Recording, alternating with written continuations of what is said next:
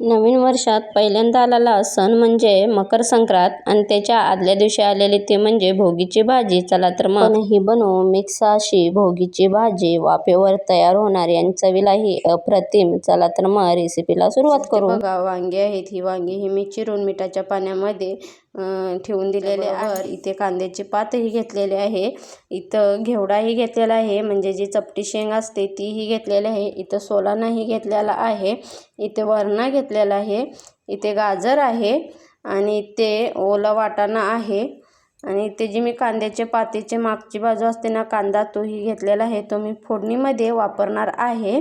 चला तर मग त्याच्यामध्येच बघा हे पांढरे तीळ घेतलेले आहेत, शेंगदाणे घेतलेले आहेत, शेंगदाणे बिना भाजलेले आहेत, मी थोड्या वेळाने भाजणारही आहे. इथं नारळाचा कीसही घेतलेला आहे बघा, इथे लाल तिखट आहे, इथे ठेचलेला लसूण व किसलेला आला आहे, इथे हळद ही 1 चमचा घेतलेले आहे. चला तर मग व्हिडिओ स्किप न करता पहा म्हणजे तुम्हालाही कळेल मी सिक्रेट मसाला कोणता वापरला आहे त्याने ह्या पद्धतीने भाजी नक्की बनवून बघा, खूप छान आणि चवीलाही अप्रतिम होते. भोगीच्या दिवशी हंगामी भाज्यांची एकत्र भाजी खाण्याची परंपरा आहे. यात वांगी, गाजर, मटार, हरभरा, रताळे अशा सर्व भाज्या समावेश करतात. ही भाजी हिवाळ्यात शरीराला उष्णता देते, हंगामी भाज्यामुळे पचन सुधारते. भोगीची भाजी शरीराला आवश्यक पोषण तत्वे देते, जुनं सोडून नवं स्वीकारण्याची प्रतिक्रिया म्हणून ही भाजी केली जाते. आरोग्य आणि परंपरा दोन्हीही जपणारी ही पद्धत म्हणजे भोगीची भाजी.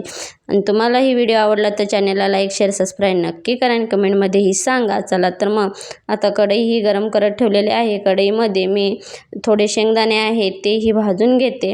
त्याच्यामध्येच शेंगदाणे आपण थोडे खरपूस रंगावरती भाजायचे आहेत. त्याच्यामध्ये तीळही घातलेले आहेत, तीळ चांगले तडतडले की बघा काढूनही घेतलेले आहे आणि थोडं 5-10 मिनटं गार करत ठेवते. त्याच्यामध्येच 2 पळी तेल घालून घेते. तेल गरम झालं की त्याच्यामध्ये जो पातीचा कांदा असतो ना त्याच्या पाठीमागचा भाग घेतलेला होता मी कापून, तोही तेलामध्ये घालून घेते आणि छान असा परतून घ्यायचा आहे. मी ह्याच्यामध्ये टॅमॅटोचा वापर नाही केलेला आहे, फक्त कांद्याच्या पातीचा कांदा वापरला आहे. त्याच्यामध्येच ठेचलेला लसूण व आले घालून 5 मिनटं परतून घ्यायचं आहे.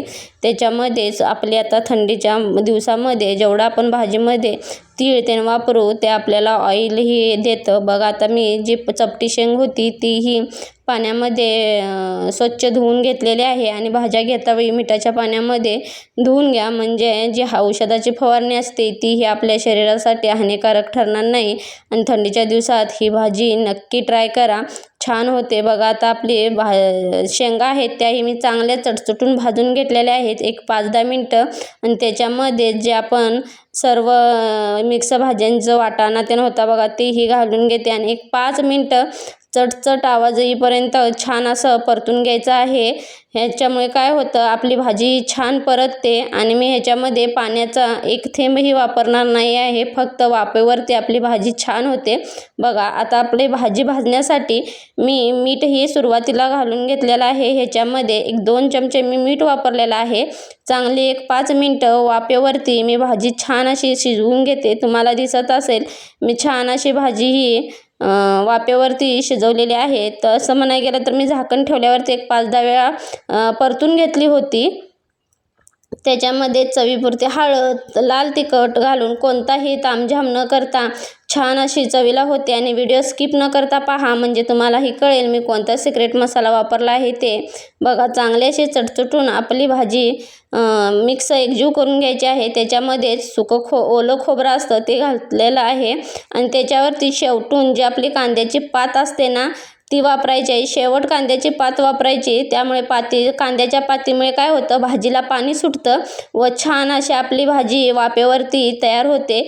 त्याच्यामध्येच बघा जे शेंगदाणे तीळ भाजून घेतले होते त्याची ही पेस्ट केलेली आहे आणि आता हा सिक्रेट मसाला मी वापरते तो म्हणजे सांबर मसाला. सांबर मसाल्यामुळे खूप छान आपल्या भाजीला टेस्ट येते आणि अप्रतिम अशी आपली भाजी तयार होते. बघू शकता आता चांगलं मिक्स करून घेतलेलं आहे.